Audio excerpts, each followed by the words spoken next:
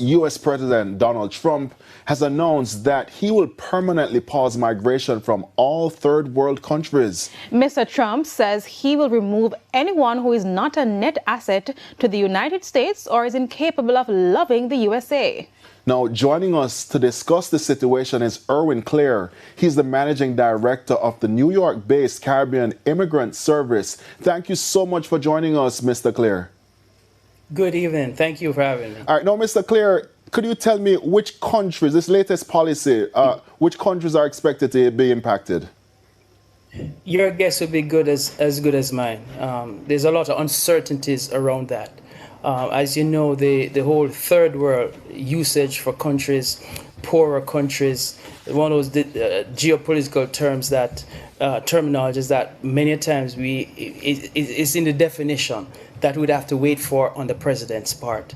The president made this comment right after the event, so I'm not certain sufficient thought was given into his response. So we'll just have to wait to see who are defined as such. You might recall earlier in the year, some 12 to 13 countries faced similar situation where bans were made, primarily Muslim countries. So again, we'll have to wait to hear what their definition is on this particular situation. And Mr. Clare, I know there may still be some uncertainties, but can you say what is the timeline for when this is to take effect and possibly end? Well, you see, one of the things you learn in immigration today, especially in this administration and their response to situations of the sort, is that there is never any way one could predict. We have seen situations where a $100,000 fine was placed on H-1 visa holders, and they were implementing it within a 48-hour period.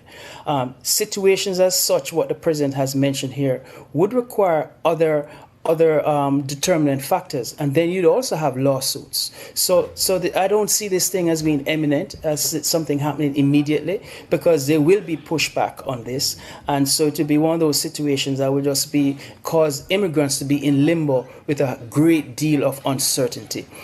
I think more is being made of the shock appeal by the announcement than its application at this point. And just to provide some context for our viewers, can you say what triggered this latest hardline policy from the U.S. president? Well, the shooting of two guards, National Guards in Washington, and unfortunately, one passed away today. It was allegedly done by an Afghan immigrant who was part of the folks who left Afghanistan after the United States left Afghanistan, a person who worked with the United States CIA entities in Afghanistan and provided services to protecting this nation, and was granted refugee status just this year, vetted by the present administration. So obviously they feel somehow the vetting process may not have accomplished what it was intended to, but we still await the circumstances under what would have led this person to have committed these atrocities. Well, thank you so much, Mr. Clare. That's all the time we have. That was Mr. Erwin Clare, the managing director of the New York-based Caribbean Immigrant Service. My great fellow Americans, earlier today, on the eve of the Thanksgiving holiday, two members of the National Guard serving in Washington, D.C., were shot at point-blank range in a monstrous ambush-style attack just steps away from the White House. They had been deputized as part of the most successful public safety and national security mission in the history of our nation's capital, the D.C. Safe and Beautiful Task Force, which has achieved an unprecedented reduction in violent crime and crimes of all type. This heinous assault was an act of evil, an act of hatred, and an act of terror. It was a crime against our entire nation. It was a crime against humanity. The hearts of all Americans tonight are with those two members of the West Virginia National Guard and their families. The love of our entire country is pouring out for them, and we are lifting them up in our prayers. As we are filled with anguish and grief for those who were shot, we're also filled with righteous anger and ferocious resolve. As President of the United States, I am determined to ensure that the animal who perpetrated this atrocity pays the steepest possible price. I can report tonight that based on the best available information, the Department of Homeland Security is confident that the suspect in custody is a foreigner who entered our country from Afghanistan, a hellhole on earth. He was flown in by the Biden administration in September 2021 on those infamous flights that everybody was talking about. Nobody knew who was coming in. Nobody knew anything about it. His status was extended under legislation signed by President Biden, a disastrous president, the worst in the history of our country. This attack underscores the single greatest national security threat facing our nation. The last administration let in 20 million unknown and unvetted foreigners from all over the world, from places that you don't want to even know about.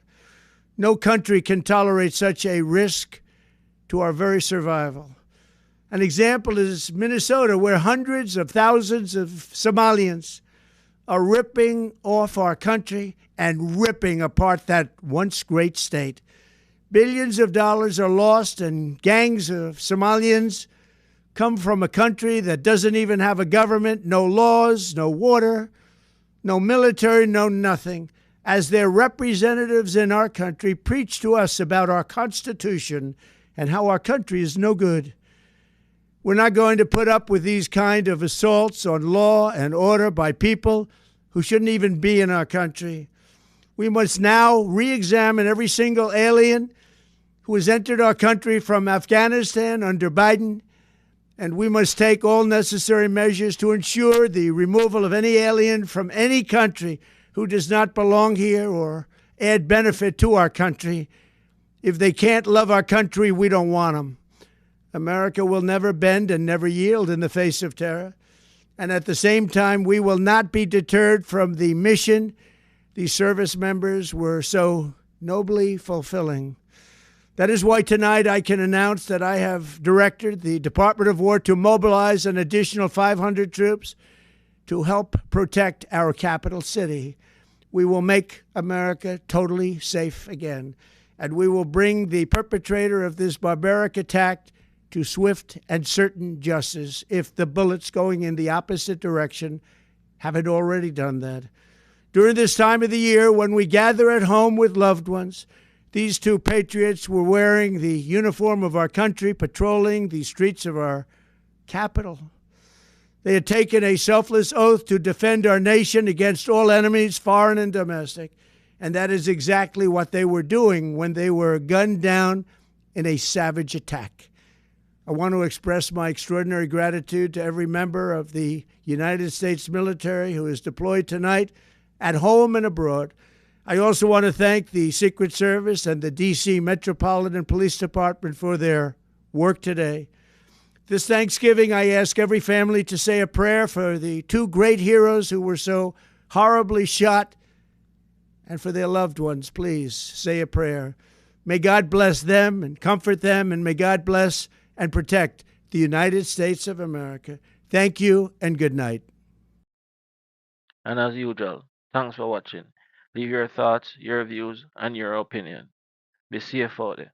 On your way out, leave a small like, a small subscribe. I'm out.